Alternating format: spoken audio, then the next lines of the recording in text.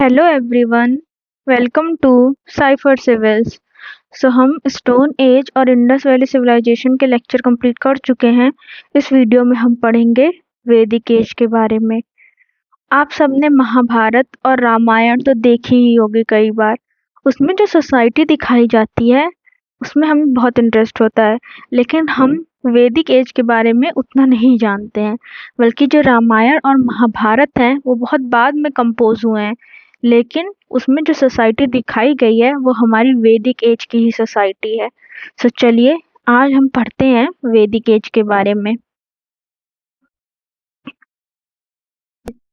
हमारा Harappan culture 2900 BC से 1700 BC तक चलता है। उसके बाद हमारा वैदिक एज आ जाता है जो 1500 बीसी से 600 बीसी तक चलता है। हड़प्पन कल्चर के हमें इंफॉर्मेशन कहाँ से मिलती है? आर्कियोलॉजिकल एविडेंसेस से मिलती है। हाँ, हमें बहुत सारे granary, great bath, Harappan sites हमने एक्सकवेट की हैं, उससे हमें इंफॉर्मेशन। क्या कोई लिटरेचर है? नहीं, कोई लिटरेचर नहीं है। वैसे भी ये प्रोटो हिस्ट्री का पार्ट है। लिटरेचर यहाँ पे नहीं है, यहाँ पे एविडेंसेस हैं, स्क्रिप्ट्स हैं, लेकिन डेसिफर नहीं हुई हैं।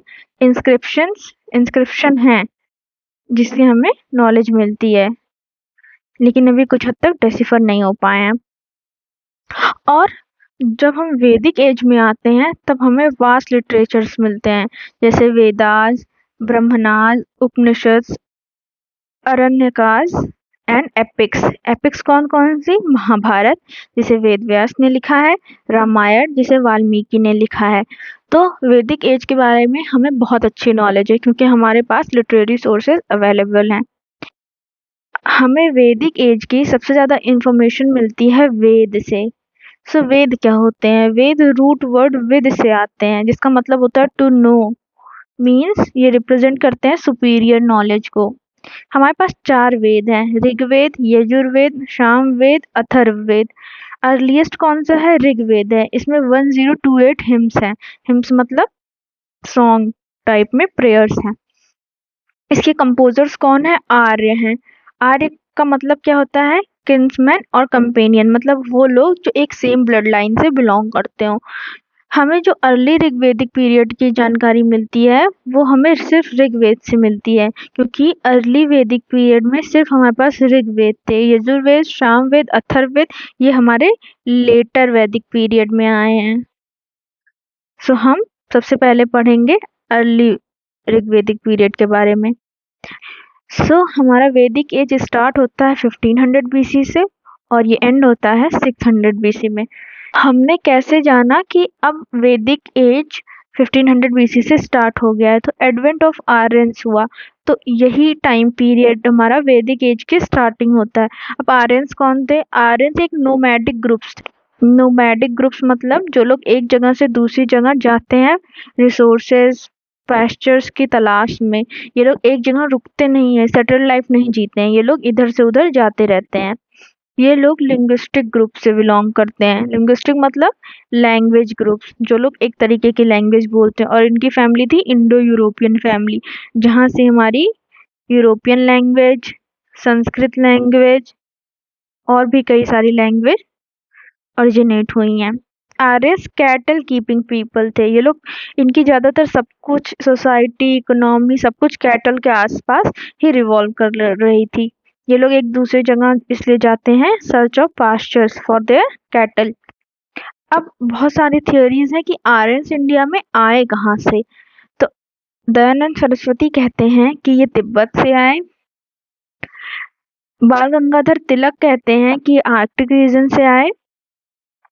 बोगस का इंस्क्रिप्शन है ईरान वगैरह साइड, तो वहाँ पे ये लोग कहते हैं कि सेंट्रल एशिया से आए। जो वाइडली एक्सेप्टेड थियरी है उसके हिसाब से ये लोग सेंट्रल रशिया से आए हैं। ठीक है, चलिए अब थियरीज कौन कौन सी हैं आर्यंस के इन्वेजन की या आर्यंस के एडवेंट की। वो था कि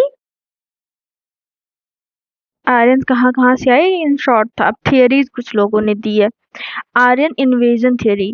मैक्स मुलर का मानना है कि आर्यन सेंट्रल एशिया से इन्वेड कर दिए आईबीसी को, और इस वजह से आईबीसी खत्म हो गई। आर्यन माइग्रेशन थियोरी कहती है जो मॉडर्न व्यू है कि माइग्रेटेड ग्रेजुअली रेदर देन, मतलब इन्होंने इन्वेड नहीं किया है बल्कि ये एक जगह से दूसरी जगह माइग्रेट किए हैं। और एक है आउट ऑफ इंडिया थियोरी, मतलब आर्यंस यहीं के लोग हैं, वो कहीं से आए नहीं हैं, वो यहीं इंडिया के अंदर ही थे। वाइडली एक्सेप्टेड यही है, मॉडर्न व्यू है जो हमारा, यही हमारा वाइडली एक्सेप्टेड है। चलिए नेक्स्ट, वैदिक एज दो पार्ट में डिवाइड है, अर्ली वैदिक जिस जो ऋग्वेदिक पीरियड है, और लेटर वैदिक। 1500 से 1000 बीसी तक अर्ली वैदिक चलेगा, 1000 से 600 बीसी तक हमारा लेटर वैदिक पीरियड चलेगा। सबसे पहले हम अर्ली वैदिक के बारे में पढ़ते हैं, फिर लेटर वैदिक के बारे में पढ़ेंगे। सो अर्ली वैदिक पीरियड, सोर्स ऑफ नॉलेज क्या है, मैंने बताया ऋग्वेद है। 2nd to 8th मंडल ऋग्वेद का जो है वो हमारी फैमिली बुक है। और एक नॉलेज है हमारी पॉटरी, ऑकर्ड कलर पॉटरी, ठीक है। ये दो जगह से हमें इनके बारे में नॉलेज मिलती है। ज्योग्राफिकल एरिया, इन्होंने सप्त सिंधु एरिया को ऑक्युपाई किया था, जिसको ब्रह्मवर्त भी बोलते हैं, जो कि होती है 7 रिवर्स का लैंड है, इंडस और उसकी जितनी भी ट्रिब्यूटरीज हैं, झेलम, चेनाब, रवि, ब्यास, सतलज, ठीक है। अब हमारा होता है एक battle of 10 Kings, 10 Rajan war, जो किसके बीच में होता है, आर्यंस और नॉन आर्यंस के बीच में होता है। रिवर रावी के बैंक पे होता है, जिसको ओल्ड नेम है परुशिनी। और ये सुदास जो भरत ट्राइब के चीफ रहते हैं, और 10 ट्राइब्स के अलायंस के बीच में होता है, और सुदास जो है वो विक्टोरियस हो जाते हैं। ये जो भरत ट्राइब है इसके बारे में भी मैं आपको बाद में बताऊंगी। अब ये रिवर्स हैं, अब ये रिवर्स हैं, उनके ऋग्वेदिक नेम है और ये इनका मॉडर्न नेम है। सिंधु, हिरण्याई, ये इंडस को बोलते थे। वितास्ता, झेलम को। अस्किनी, चेनाब। विपस, ब्यास। परुशनी, रावी। सुतुद्री, सुतलज। सरस्वती, सरस्वती मोस्ट पायस रिवर थी, सबसे ज्यादा मेंशन है, और इसको नदीतमा, मातृतमा, ऐसे करके सारे रिवर इसका नाम है सरस्वती का। दृष्टद्वती, घग्गर को बोलते थे। कुभा, काबुल। सुवस्तु, स्वाति। क्रुमु, कुर्रम। गोमती, सदनीरा, ये गंडक को बोलते थे। ये आप लर्न कर लीजिएगा, ये तो सिर्फ रटने वाली चीजें हैं। चलिए अब हमें ये जानना है कि ऋग्वेदिक पीरियड की पॉलिटी कैसी थी, मतलब पॉलिटिकल ऑर्गेनाइजेशंस कैसे थी। तो सबसे पहले थे कुल, कुल मतलब फैमिली, फैमिली को कुल बोलते थे, और उनका लीडर कौन होता था, गृहपति होता था, जो कि एक मेल मेंबर होता था, पैट्रियार्कल सोसाइटी थी। फिर कई सारे कुल मिला के बनाते हैं ग्राम, और इनका लीडर होता है ग्रामनी, ठीक है, मतलब विलेज। ये विलेज है, कई सारी फैमिलीज विलेज बनाती हैं। कई सारे विलेज एक बड़ा एरिया टाउन टाइप बनाते हैं, उसको बोलते हैं विश्व, विश्वपति उसका हेड था। और ये सब कई सारे विश्व मिलके जन बनाते हैं, जो कि एक ट्राइबल किंगडम है, और इसका हेड होते हैं गोपति, जो कि ट्राइबल चीफ होते हैं। किंग, राजन भी कई जगह मेंशन है। ये मोनार्की थी यहाँ पे, और जो है ये हेरिडिटरी थी, लेकिन मैंडेटरी नहीं था, क्योंकि ये देखा गया है कि 5 जनरेशन से ज्यादा कोई आगे रूल नहीं किया है एक फैमिली से। और जो ये गोवती थे, ये लोग काउस के लिए लड़ते थे, ना कि टेरिटरी के लिए। ये ट्राइबल किंगडम थे, लेकिन इनके पास कोई एरिया नहीं था लैंड का। ये लोग मेनली, इनकी सब कुछ रिवॉल्व करता था काउ कैटल के आसपास, तो ये लोग काउस के लिए लड़ते थे, ना कि टेरिटरी के लिए। इसी को गविष्टि बोलते हैं, वॉर फॉर काउस। ये इनकी हाईएस्ट पॉलिटिकल यूनिट थी, मैंने बता दिया। अब देखिए, वैसे तो 30 से ज्यादा ट्राइबल किंगडम्स थे, लेकिन जो मेन थे 5 जो सबसे बड़े थे उनको हम पंचजन बोलते हैं। वो कौन कौन से थे, तुर्वासा, अनु, यादूस, पुरुष, मत्स्य, भरत। ये 5 किंगडम्स थे जो पंचजन का पार्ट थे, जो इम्पोर्टेंट थे, ये लर्न कर लीजिएगा। अब राजा या गोपति को हेल्प करने के लिए कुछ ऑफिशियल्स भी थे, पुरोहित, प्रीस्ट, सेनानी, कमांडर। ये जो पुरोहित थे, इन्हीं लोगों का वर्ण बाद में ब्राह्मण बन जाते हैं, और ये जो सेनानी थे यही लोग क्षत्रिय बन जाते हैं, और जो कॉमन पीपल रहते हैं वो वैश्य, शूद्र बन जाते हैं। अब देखिए, ये कुछ टर्म्स हैं, बहुत जगह टर्म्स पूछ लिया जाता है कि ये टर्म किससे रिलेटेड है, तो आप ये याद कर लीजिए। भाग दुघा, भाग, किसी मतलब किसी भाग, कोई एक लैंड का भाग है तो भाग दुगा एक टैक्स कलेक्टर थे। अक्षवापा अकाउंटेंट थे। उग्र जीवग्रह पुलिस लायक थे। संग्रता मतलब ये नाम से ही लग रहा है ट्रेजरी ऑफिसर था। व्रजपति पास्चर ग्राउंड का ऑफिसर था। गोभी करतना फॉरेस्ट चीफ था। सुता चैरियोटियर था। ये आप याद कर लीजिएगा, ये टर्म्स जरूर याद कर लीजिएगा। इसको अपने सामने टेबल पे आप पेस्ट कर लीजिएगा, बार बार देखेंगे तो याद हो जाएगा। अब पॉलिटिकल ऑर्गेनाइजेशन के अंदर एक इम्पोर्टेंट चीज आती है असेंबली, जो किंग को हेल्प करने के लिए थी, गोपति को। सभा थी, समिति थी, विदत थी, गण थी। मेन है सभा समिति। सभा जो थी वो स्मॉलर थी और इसमें से विलेज एल्डर्स थे, नोबल्स थे, काउंसिल ऑफ एल्डर्स थी ये, ठीक है। और ये एडवाइस करती थी, जुडिशियल मैटर्स को मैनेज करती थी। और समिति जो थी वो लार्जर ग्रुप था, इसमें सारे कॉमन पीपल आ जाते हैं, इलेक्टेड किंग, जिससे लोग पॉलिसीज डिसाइड कर सकें। वुमेन्स जो थी वो समिति में नहीं पार्टिसिपेट करती थी, सभा में पार्टिसिपेट करती थी। अब बाली, बाली क्या था? एक वॉलंटरी ऑफरिंग था राजन को, मतलब जैसे हम एक तरीके का टैक्स था, बाली टैक्स था। लेकिन ऋग्वेदिक पीरियड में जिसका मन करता था वो दे देता था राजन को बाली। लेकिन लेटर वैदिक पीरियड में ये कंपलसरी हो गया था, मतलब देना ही देना है, ठीक है। अब कुछ वुमेन पोएट्स थी, जैसे अपाला, विश्वरा घोष, लोपमुद्रा। इन लोगों को ब्रह्मवादिनी भी बोलते हैं। लोपमुद्रा को ब्रह्मवादिनी क्या है? जो लोग कुछ टेक्स्ट होते हैं उनको पढ़ती थी। अपाला, विश्वरा घोष, लोपमुद्रा, ये लोग जो है कुछ वुमेन पोएट्स थी। सोसाइटी पैट्रियार्कल थी लेकिन वुमेन के लिए थोड़ी लीनियंट हुई थी, बहुत ज़्यादा हार्श नहीं था सब कुछ।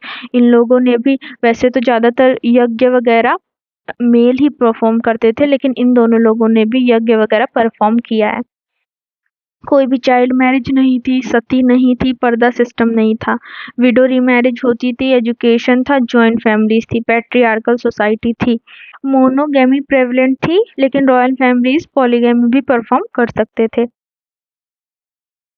अब सोसाइटी देख लेते हैं। सोसाइटी में 4 फोल्ड डिवीजन था लेकिन कर्म पे बेस्ड था, नॉट बर्थ। रिजिड नहीं था, मतलब अगर इंसान अपना कर्म चेंज करता है तो वो अपना वर्ण चेंज कर सकता था।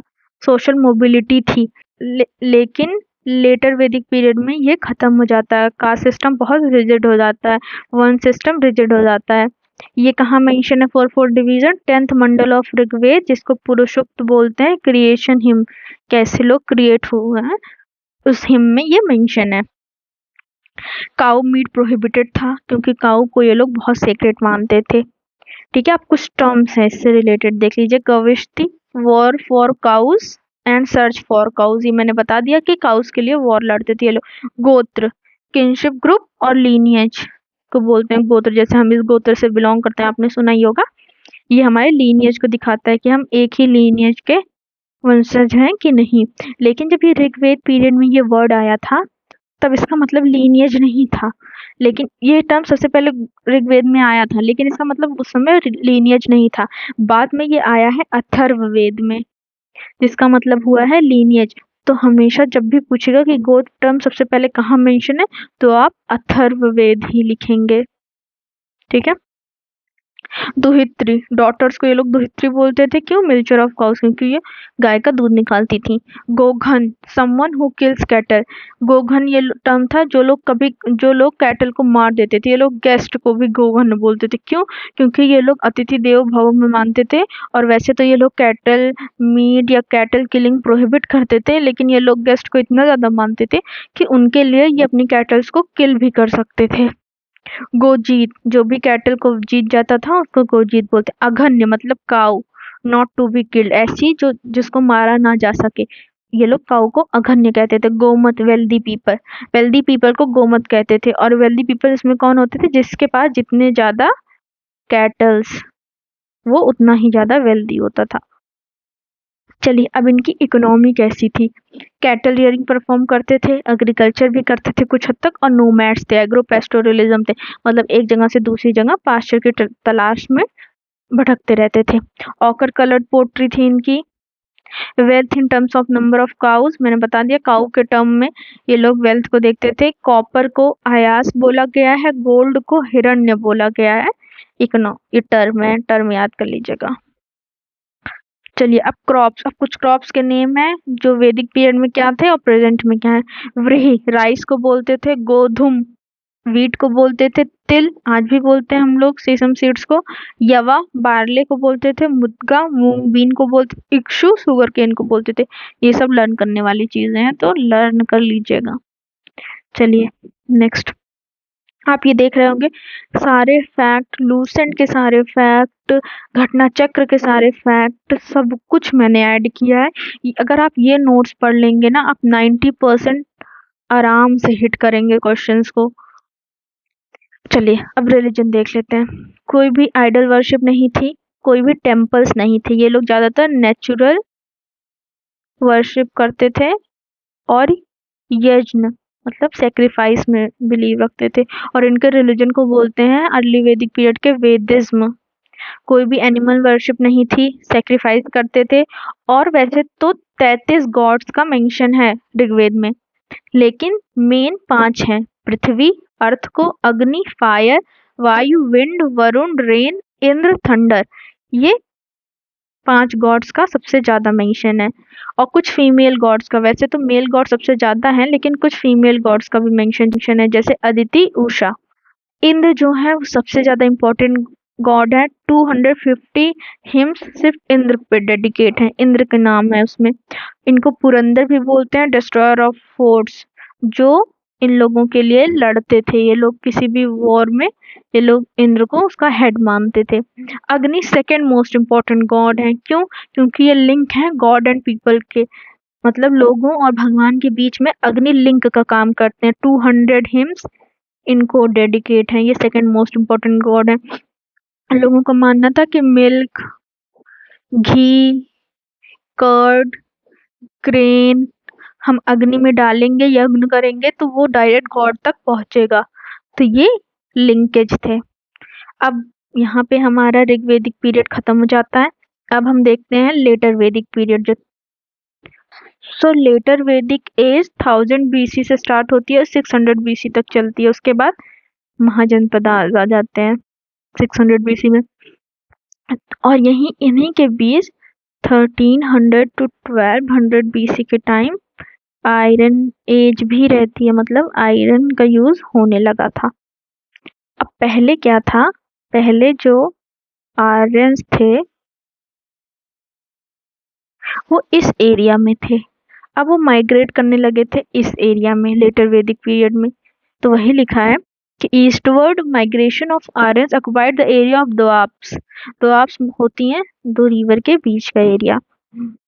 एंड मिडिल गैंगेटिक बेसिन, अब ये लोग इंडो गैंगटिक प्लेन पे आ गए थे। अब ये नॉन आर्यन से इनका कल्चरल कांटेक्ट होने लगा था। वहां थे तो वहां तो ये लोग एकदम किनारे ही थे, पंजाब वगैरह वाले साइड, लेकिन यहाँ पे इनका नॉन आर्यन से भी कांटेक्ट होने लगा था। इंडो गैंगेटिक रीजन को हम लोग आर्यवर्त बोलते हैं। जैसे कि मैं मैप बना देती हूँ, ठीक है। बहुत गंदा मैप है, रफ डायग्राम है, जल्दी जल्दी में इग्नोर करिएगा। तो ये वाला एरिया था ना, एरिया था आर्यवर्त वाला। उसके बाद ये एरिया को ये लोग बोलते हैं मध्य देश, ठीक है। और ये वाला एरिया था इनका दक्षिण पथ, मतलब ये अलग अलग एरिया के मैप में नाम थे। ये लोग आर्यवर्त की तरफ मूव कर जाते हैं।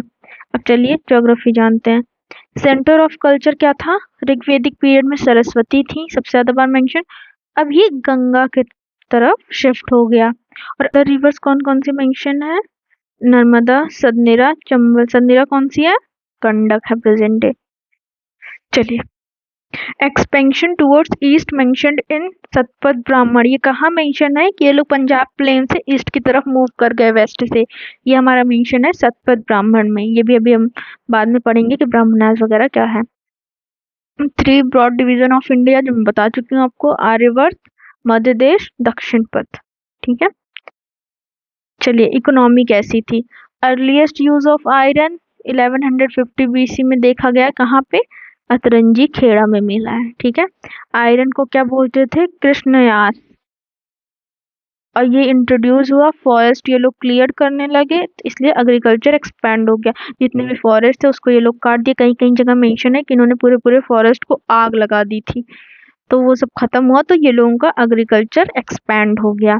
अब यहाँ इनकी इकोनॉमी क्या हो गई, एग्रेरियन और सेटल्ड हो गई। उनकी क्या थी, नोमैडिक पेस्टोरलिज्म वाली थी। लेटर वैदिक पीरियड में ये एग्रेरियन और सेटल्ड इकोनॉमी हो गई। वहाँ ऑकर कलर्ड पॉटरी थी, इन लोगों के पास क्या आ गई, पेंटेड ग्रेवेयर पॉटरी आ गई।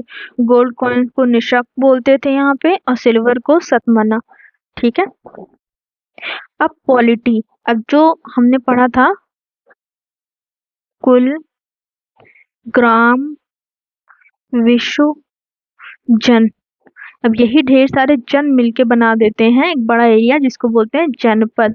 राष्ट्र, ये राजन रूल करता है। ठीक है, और जो जनपद एमर्ज हुए, कुरु, पांचाल, काशी, और ऐसे ऐसे एमर्ज हो गए थे। अब पॉलिटी, यहाँ पे ये लोग मानते थे theory of divine origin of kingship में, कि जो राजा है उसको डायरेक्ट भगवान ने भेजा है, और वो गॉड की इमेज है ऑन द अर्थ। ये कहाँ मेंशन है, ये हमारा तैत्तरीय ब्राह्मण में मेंशन है।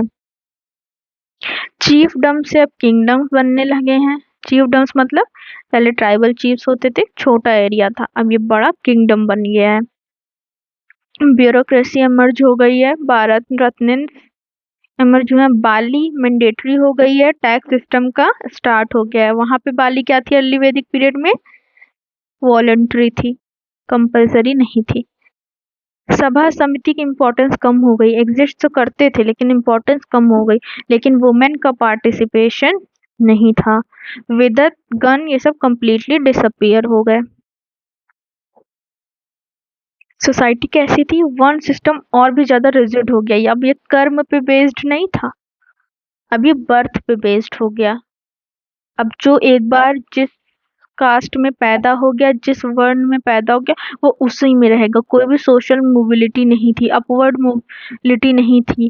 कर्म के बेस में था तो लोग अपवर्ड मूव कर सकते थे, एक कास्ट से दूसरे कास्ट में जा सकते थे कर्म के बेस पे, लेकिन यहाँ पे बर्थ के बेस पे था, तो ये नहीं हो सकता। इंटरवर्ण मैरिज रेस्ट्रिक्टेड थी, एक से दूसरे वर्ण में मैरिज नहीं कर सकते हैं।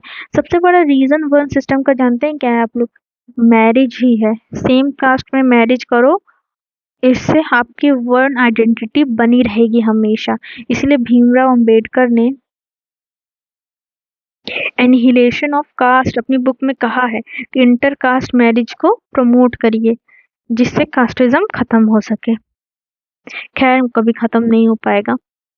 2 तरीके की मैरिज थी, अनुलोम, प्रतिलोम। अनुलोम क्या होता है, जिसमें मेल जो होता है वो अपर कास्ट का होता है, फीमेल जो है वो लोअर कास्ट की होती है। ये अलाउड थी सम एक्सटेंट, कुछ हद तक ये अलाउड थी, क्योंकि लोग जो फीमेल होती हैं उनको लोग अपने प्रॉस्पेरिटी रिस्पेक्ट से जोड़ लेते हैं। तो जो अपर कास्ट की फीमेल होती हैं उनकी फैमिली, उनके कास्ट वाले कभी ये नहीं चाहेंगे कि वो लोअर कास्ट में जाएं, बल्कि जो लोअर कास्ट की फीमेल होती हैं उनको वो लोग कुछ हद तक एक्सेप्ट कर सकते हैं अगर मेल अपर कास्ट का हो तो। प्रतिलोम क्या था, जिसमें फीमेल अपर कास्ट की होती है लेकिन मेल लोअर कास्ट का होता है, ये तो बिल्कुल अलाउड नहीं था। जो भी इंटरकास्ट मैरिज से बच्चे होते थे उनको बोलते वर्ण संकर्ष बोलते थे, मोर कॉम्प्लेक्स सोशल स्ट्रक्चर था ये, तो एक नया ही नाम दे दिया गया था, वर्ण संकर्ष। ठीक है, गोत्र सिस्टम का इमरजेंस हो गया था।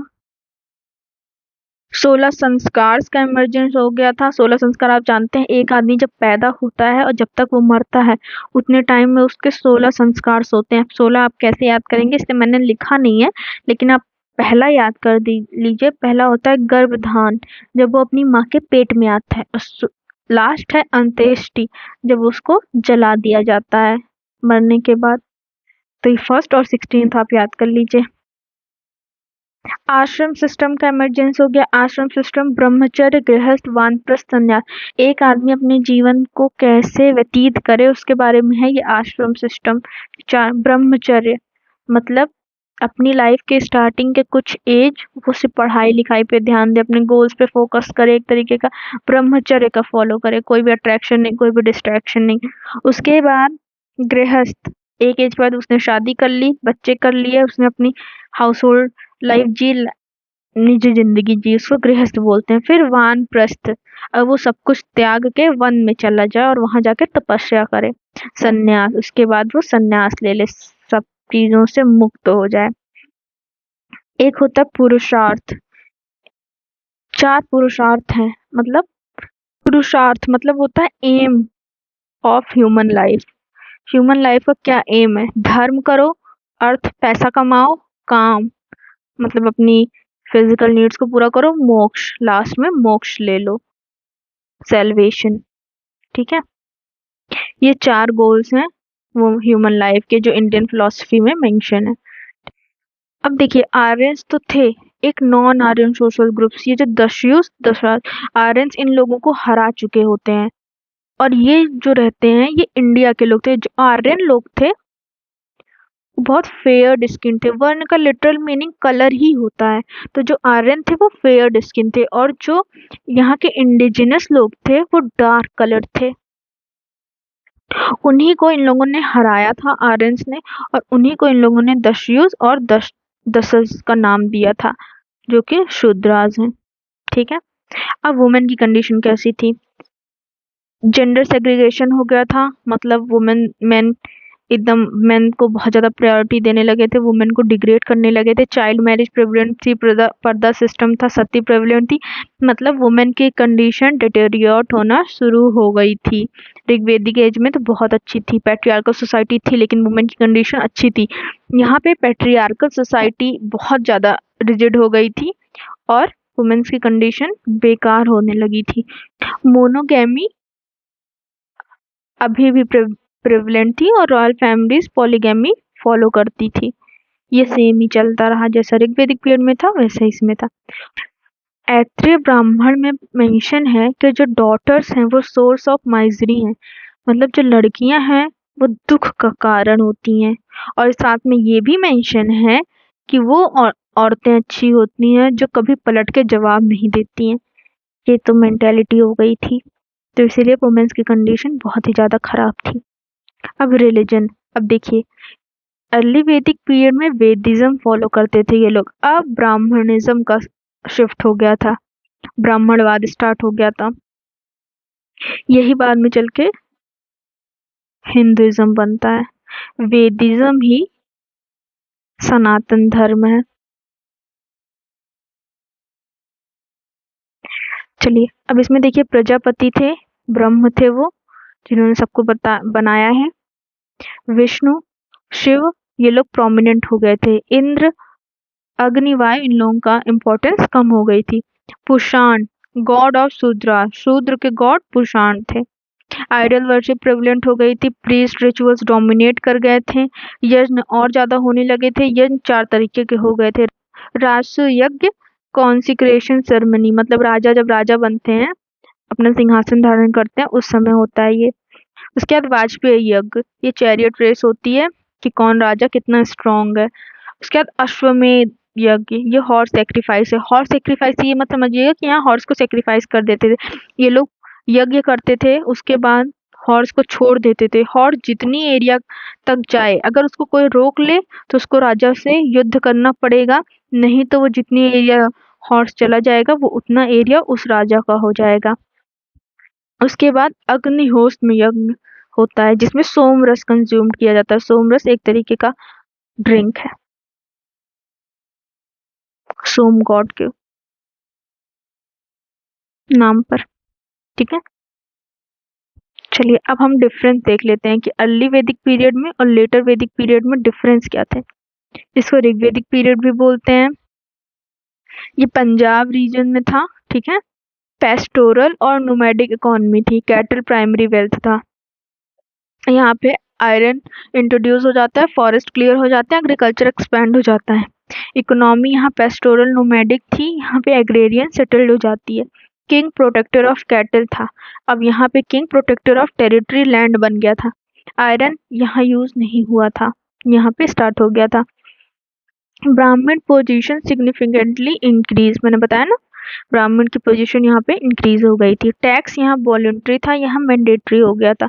बाली, भाग, शुल्क, ये अलग अलग नाम है टैक्स के। असेंबली सभा समिति विदत थी, यहाँ सभा समिति का रेलेवेंस कम हो गया था और विदत तो खत्म ही हो गई थी। वुमेन सभा में पार्टिसिपेट करती थी और विदत में, समिति में नहीं करती थी। वुमेन की पोजीशन डिक्लाइन हो गई, वो कहीं पे भी पार्टिसिपेट नहीं कर सकती थी। कास्ट सिस्टम स्ट्रेंथन हो गया बेस्ड ऑन बर्थ, यहाँ पे बेस्ड ऑन कर्म था। गॉड्स नए आ गए, विष्णु, शिवा, ब्रह्म, प्रजापति। यहाँ पे इंद्र, वायु, अग्नि, वरुण, ये सब थे। इमेज वर्शिप नहीं थी कोई, यहाँ पे आइडल वर्शिप शुरू हो गई थी, इमेज वर्शिप। रिचुअल्स स्टार्ट हो गए थे, राष्ट्रीय वाजपेयी, अश्वमेध यज्ञ टाइप। ठीक है, पे हमारा अर्ली वैदिक पीरियड, लेटर वैदिक पीरियड का हमने ब्रॉडली वुमेन की position, society, economy, political organisation समझ लिया। अब जो सोर्स ऑफ नॉलेज है मेन वैदिक लिटरेचर्स, अब हम उनके बारे में पढ़ेंगे क्योंकि ये बहुत ज़्यादा इंपॉर्टेंट है वैदिक लिटरेचर्स। तो चलिए स्टार्ट करते हैं। वैदिक लिटरेचर्स को श्रुति, दो तरीके के लिटरेचर्स होते हैं, श्रुति, स्मृति। श्रुति जिनको सुना गया हो और ट्रांसफर किया गया, स्मृति जिन्हें याद कर लिया गया हो फिर ट्रांसफर किया गया हो। तो श्रुति सुन के ट्रांसफर वाली हैं 1500 बीसी से 600 बीसी तक। वेद जिसकी कैटेगरी में आते हैं, वेद अपौरुषीय हैं, मतलब मैन ने नहीं क्रिएट किया है इनको, ये गॉड गिफ्टेड हैं वेद। नित्य, ये हर इटर्निटी में एग्जिस्ट करते हैं, मतलब समय, हर अनंत समय काल तक ये एग्जिस्ट करेंगे। 4 टाइप्स ऑफ वेद हैं, ऋग्वेद, यजुर्वेद, सामवेद, अथर्ववेद। ऋग्वेद अर्ली वैदिक पीरियड में लिखा गया है और ये लेटर वैदिक पीरियड में लिखे गए हैं। ऋग्वेद, यजुर्वेद, सामवेद को हम बोलते हैं वेद त्राई, मतलब 3 वेद का संगम, वेद त्राई हैं ये तीनों।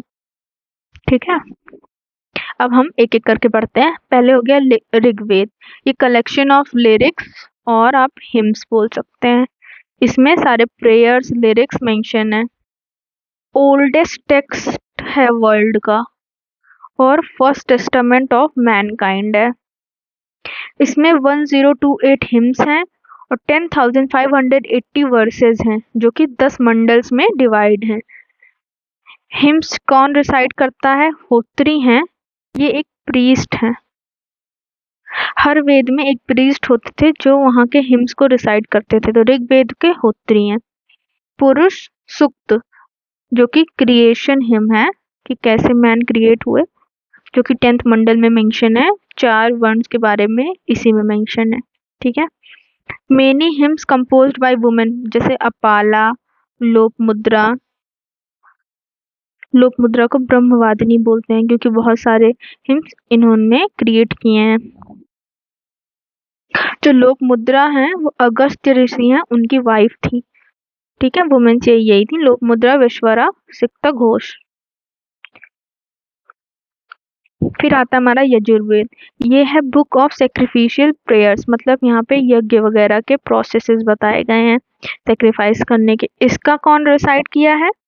हिम्स अध्वर्युस, ये इनके प्रीस्ट हैं जिन्होंने हिम्स रिसाइट किए हैं। और ये इसमें राइट्स एंड रिचुअल्स, सारे रिचुअल्स वगैरह सब कुछ यजुर्वेद में मेंशन है। ठीक है, 2 पार्ट में डिवाइड है, कृष्ण यजुर, शुक्ल यजुर। इसमें पोएटिक एंड प्रोज फॉर्म है और इसमें सिर्फ पोएटिक फॉर्म है। और वो वाजस्नेयी, ये संहिता है शुक्ल यजुर्वेद की। अब संहिता क्या होती है? संहिता एक तरीके का कलेक्शन और कंपाइलेशन होता है टेक्स्ट का। तो ये जो वाजस्नेयी है ये संहिता है शुक्ल यजुर्वेद की। ठीक है, ये सब फैक्ट ही फैक्ट है, ये सब आप याद करेंगे, इसको कितना भी आप समझेंगे इसको याद ही आपको करना पड़ेगा। चलिए अब आ गया सामवेद, ये चैंट्स, मतलब इसमें मंत्र वगैरह हैं। 1549 वर्सेस हैं, all verses excluding 75 taken from Rigveda. एक तरीके का आप इसको मान लीजिए ये ऋग्वेद का ही कॉपी है, सब कुछ इसमें ऋग्वेद से ही लिया गया है, सिर्फ 75 को छोड़ के सारे वर्सेस ऋग्वेद से लिए गए। यहाँ का हिम कौन रिसाइट करेगा? उदकत्री। ठीक है, ये सबसे शॉर्टेस्ट वेद है, याद कर लीजिएगा।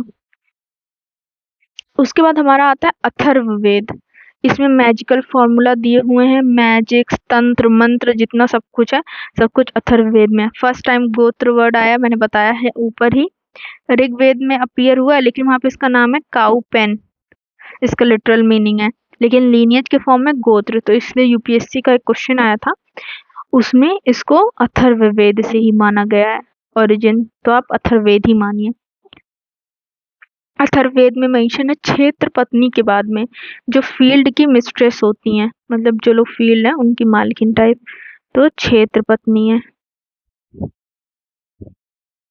उसके बाद आगे हमारे ब्राह्मण, जो अभी ऊपर पढ़ रहे थे ना हम लोग, तैत्तिरीय ब्राह्मण, ऐत्र ब्राह्मण, तो वो ये वेद के हिम्स को एक्सप्लेन करते हैं, और हर वेद के पास सेवरल ब्राह्मण्स अटैच हैं।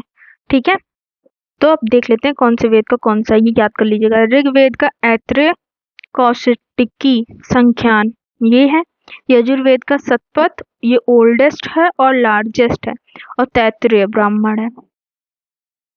सामवेद का पंचविश, तांडव महाब्राह्मण, सद्विंस, छंदोग्य, जैमिनय, ये सब सामवेद के हैं।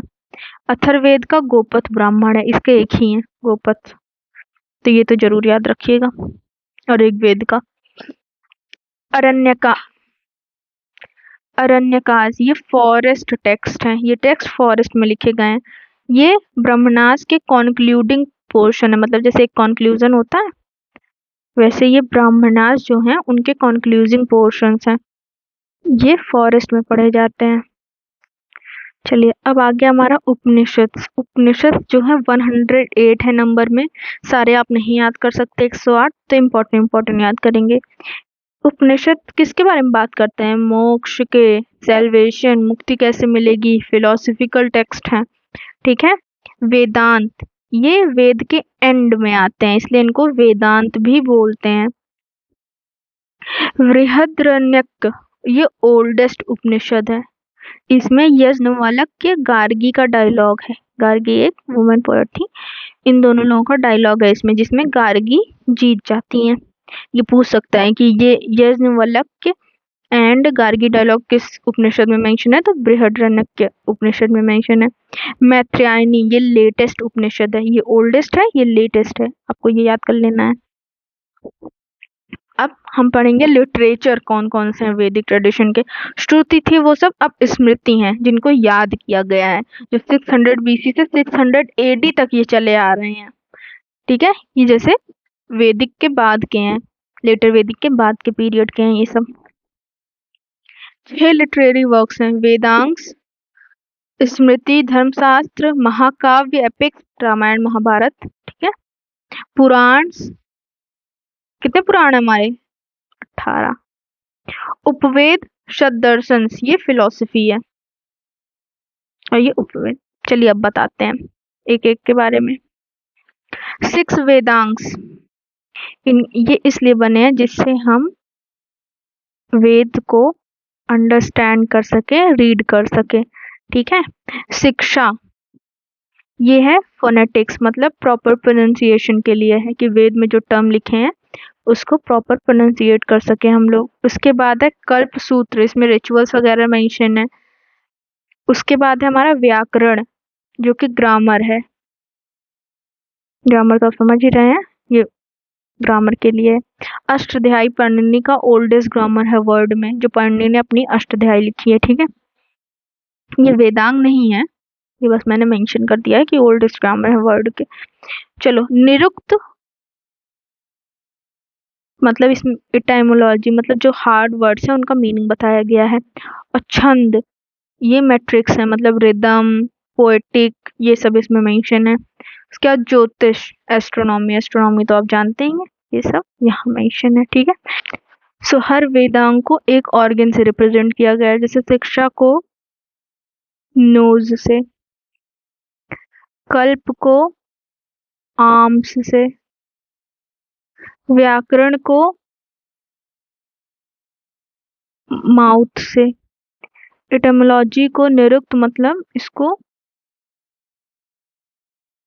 ईयर्स से, छंद को फीट से, और ज्योतिष एस्ट्रोनॉमी को आइज से, ठीक है। उपाध्याय होते हैं जो वेदांश को पढ़ाते हैं। चलिए, अब आ गई हमारी स्मृति। स्मृति आपको पता ही है, जिसको याद किया जाए, जो ह्यूमन मेमोरी में रहे। 6 तरीके की हैं ये। 2 जो प्री गुप्ता पीरियड में कंपोज हुई हैं, और ये जो 3 हैं ये गुप्ता पीरियड में कंपोज हुई हैं। मनुस्मृति, याज्ञवल्क्य स्मृति, नारद स्मृति, पराशर स्मृति, कात्यायन स्मृति। अब इसमें आप बहुत ज़्यादा जानने की कोशिश करेंगे तो आप बहुत ज़्यादा कन्फ्यूज होंगे। तो बस आपको याद करना है कि प्री गुप्ता पीरियड में कौन सी थी, गुप्ता पीरियड में कौन सी थी, और कितने तरीके की होती हैं। ये मानव धर्म शास्त्र इसको बोलते हैं। इसमें code of law and conduct है, ठीक है। इसमें ट्रेडिशनल हिंदू लॉ हैं, इसमें जुडिशियल वगैरह लॉ हैं।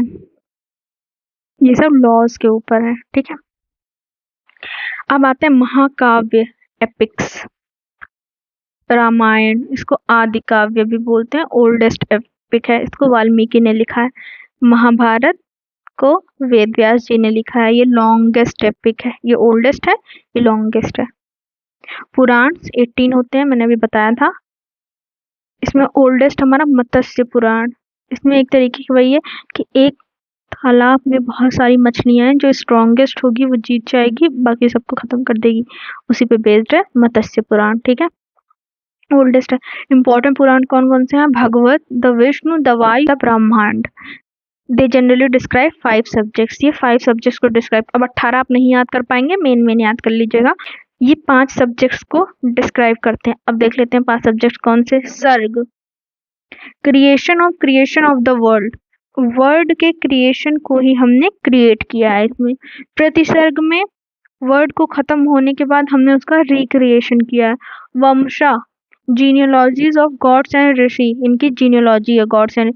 मानव तंत्र, Reigns of the Manuj, Manu the first human जो है, उनके रेंस के बारे में बताया गया मानव तंत्र में। वंशानुचरित्र, genealogy of various royal dynasties, बहुत सारी रॉयल डायनेस्टी का जीनियोलॉजी बताई। जीनियोलॉजी एक तरीके की हिस्ट्री होती है, फैमिली हिस्ट्री, ठीक है। अब आते हैं हमारे उपवेद। अब उपवेद क्या होते हैं? हर वेद का एक उपवेद है। इसका मतलब है एक तरीके से एप्लीकेशन, अप्लाइड साइंस होती है वही। ये हर वेद का एक तरीके से प्रैक्टिकल एप्लीकेशन है उपवेद। ऋग्वेद का है आयुर्वेद, मेडिसिन। सामवेद म्यूजिक, गंधर्व वेद। धनुर्वेद आर्करी, यजुर्वेद से रिलेटेड है। शिल्पवेद अर्थवेद, साइंस ऑफ क्राफ्ट वेद, विश्वकर्मा जी इसके वो हैं। ये अथर्ववेद में मेंशन है, ये सब लर्न कर लीजिए। अब 6 इंडियन फिलोसफिकल सिस्टम्स हैं, जिसको दर्शन बोलते हैं। ये इनका क्या गोल है? इनका गोल है मोक्ष, ठीक है। अब देख लीजिए कौन सा दर्शन है, किसके क्या फाउंडर है और किसका कौन सा टेक्स्ट है। सांख्य दर्शन कपिल मुनि है इसके, सांख्य सूत्र। योग दर्शन पतंजलि है, योग सूत्र। न्याय दर्शन अक्षपदा गौतम, न्याय सूत्र। वैशेषिका दर्शन उलुक कन्नड़, वैशेषिका सूत्र। मीमांसा पूर्व मीमांसा, ये है जामिनी, पूर्व मीमांसा सूत्र। वेदांत उत्तर मीमांसा, बद्रायन ब्रह्मसूत्र, वेदांत सूत्र। याद कर लीजिएगा। मतलब दर्शन, लेकिन दर्शन का मतलब आपको पता होना चाहिए, होता है मोक्ष प्राप्त करना, अपनी रियलिटी जान लेना। अब ये कुछ मिसलेनियस हैं जो मुझे फैक्ट मिले हैं लूसेंट से और घटना चक्र से एक्स्ट्रा, तो आप एक बार इसको देख लीजिए। पूछता है वसुदेव कुटुंबकम कौन से उपनिषद में मेंशन है? तो ये हमारा मेंशन है महा उपनिषद में। उपनिषद का गोल होता है मोक्ष प्राप्त करना, रियलिटी को एक्सेप्ट करना, ठीक है, फिलोसफी का। तो वसुदेव कुटुंबकम का है महा उपनिषद। सत्यमेव जयते मेंशन है हमारा मुंडका उपनिषद में। नेशनल मोटो है 26 जनवरी 1950 को सत्यमेव जयते को एज अ नेशनल मोटो लिया गया है। नचिकेत एंड यम, इन लोगों की कन्वर्सेशन कौन से उपनिषद में? ये है हमारी कठोपनिषद में। 9th मंडल ऑफ ऋग्वेद में मेंशन है सोम, जो कि गॉड है, जिनका नेम है एक रस के ऊपर, जो हम कंज्यूम करते हैं कौन से यज्ञ के टाइम? अग्नि सोतमा यज्ञ के टाइम हम सोमरस कंज्यूम करते हैं। चलिए, सभा एंड समिति को 2 डॉटर्स बताया गया है प्रजापति की, किसके अकॉर्डिंग? अथर्ववेद के अकॉर्डिंग। ये क्वेश्चन पूछते हैं कि कौन से वेद के अकॉर्डिंग सभा समिति को 2 डॉटर्स बताया गया प्रजापति का, तो ये है अथर्ववेद। सन, सोलर गॉड, कौन कौन से और हैं? ये 5 फॉर्म में सन को वर्शिप किया जाता है। सूर्य, सावित्री, मित्र, पुषाण, विष्णु। विष्णु का यहाँ पे वामन अवतार के बारे में है, जिन्होंने अपने एक कदम में पूरी पृथ्वी को नाप लिया था। पूरे मतलब पृथ्वी नहीं, यूनिवर्स आप कह सकते हैं, यूनिवर्स को नाप लिया था। सावित्री के ही पर हमारा गायत्री मंत्र डेडिकेटेड है। पुषाण, ये देखिए गॉड ऑफ मैरिज है, guardian of roads, herdsman, straying cattle, इन सब की ये गार्जियन है पुषाण गॉड। ये सोलर गॉड का ही फॉर्म है, ये आपको पता होना है। सावित्री गॉड ऑफ लाइट है, गायत्री मंत्र इन पे डेडिकेटेड है, जो कि 3rd मंडल ऑफ ऋग्वेद में है। किसने लिखा है? विश्वामित्र ने लिखा है गायत्री मंत्र को। अंग और मगध का फर्स्ट रेफरेंस कौन से उसमें पाया जाता है? ये है अथर्ववेद में। अथर्ववेद में अंग और मगध का रेफरेंस मिलता है। डॉटर को सोर्स ऑफ माइजरी कहा गया है ऐत्रेय ब्राह्मण में, ये मैं ऊपर ही बता चुकी हूँ। वरुण सूक्त में ये मेंशन है कि एक पिता अपने बच्चे को बेच सकता है। ये क्वेश्चन आया था कि ये कहाँ मेंशन है, तो ये वरुण सूक्त में मेंशन है। महानदी रिवर को अलग अलग नाम से जाना जाता है, जैसे वायु पुराण में नीलोत्पला बोला गया है, और महाभारत में और मत्स्य पुराण में चित्रोत्पला बोला गया। तो ये पला पला से याद कर लीजिएगा, महानदी रिवर का है। चित्रोत्पला महानदी को Mahoba copper plate of Someshwar Dev है, उनका महोबा कॉपर प्लेट है, उसमें भी मेंशन है। अब पुरुष मेद स्क्रिप्चर, ये सतपथ ब्राह्मण ऑफ शुक्ल यजुर्वेद और तैत्रीय ब्राह्मण ऑफ कृष्ण यजुर्वेद, उसका ये स्क्रिप्चर है, पुरुष मेद स्क्रिप्चर। धर्म, धर्म का मतलब क्या है? यह cosmic ordinance in connection with divine law. ये एक ऑर्डिनेंस है जो कनेक्शन विथ है डिवाइन, मतलब एक तरीके से धर्म जो है ये डिवाइन लॉ है, भगवान का दिया हुआ आदेश, आप समझ लीजिए। इसमें ऑब्लिगेशंस हैं, लोगों को क्या क्या ड्यूटी परफॉर्म करनी चाहिए अपने लिए और दूसरों के लिए।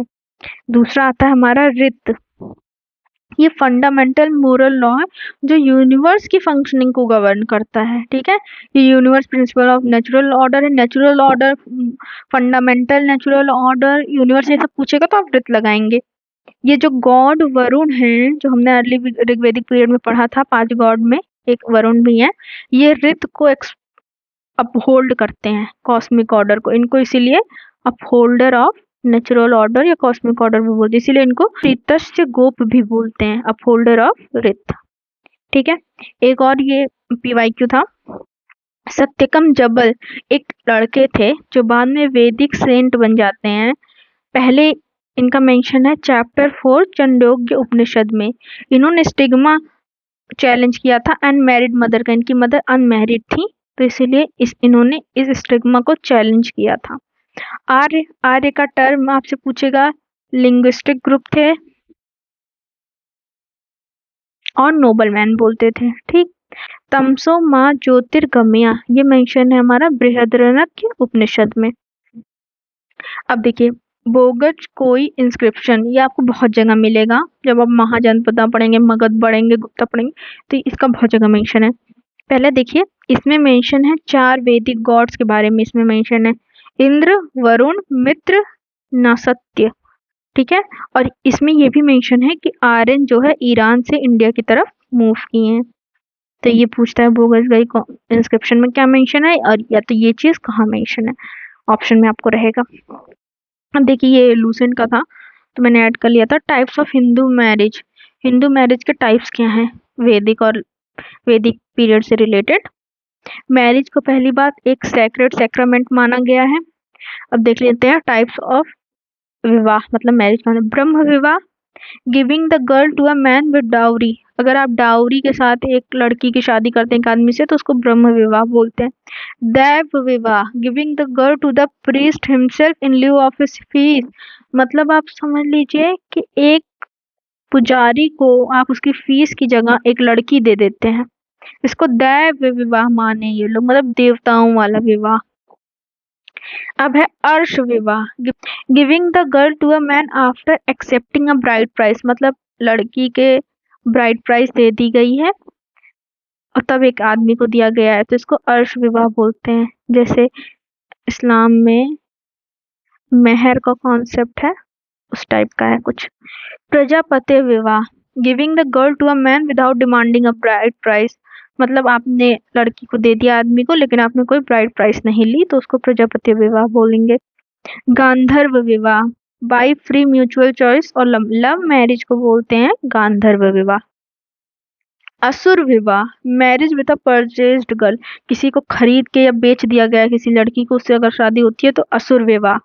राक्षस विवाह, marriage with the daughter of a defeated king और अ किडनैप गर्ल, किसी राजा को आपने हरा दिया है और उसकी बेटी शादी कर लीजिए, या उसको किडनैप कर लीजिए किसी लड़की को, उससे शादी कर लीजिए, तो ये राक्षस विवाह है सबसे खराब। ये भी सबसे खराब, ये 3 खराब की कैटेगरी में आते हैं। पिशाच विवाह, married to a girl after seducing और रेपिंग है, मतलब तुमने रेप कर दिया है, सिड्यूस कर दिया उसको, मतलब होश में नहीं है वो, उससे शादी करोगे वैसी लड़की से, तो पिशाच विवाह है। ठीक है, तो यहाँ पे आपका वैदिक एज कंप्लीट होता है। कुछ भी नहीं छोड़ा है मैंने, कुछ भी नहीं, हर एक फैक्ट। अब अगर आप बैठेंगे ना घटना चक्र लगाने या पीवाईक्यू लगाने, सब लगेगा आपसे, सब लगेगा। अगर आप ये लेक्चर देख लेंगे ना, ये वर्थ इट होगा आपके लिए, वर्थ इट होगा। चलिए अब मिलते हैं अपनी नेक्स्ट वीडियो में, जो हमारी होगी बुद्धिज्म की। बुद्धिज्म भी पढ़ा सकती हूँ और महाजनपदास को भी पढ़ा सकती हूँ। आप एक बार कमेंट में बताइएगा कि आपको कौन सा पढ़ना है, पहले बुद्धिज्म, जैनिज्म या महाजनपदास। चलिए फिर मिलते हैं नेक्स्ट वीडियो में। Thank you.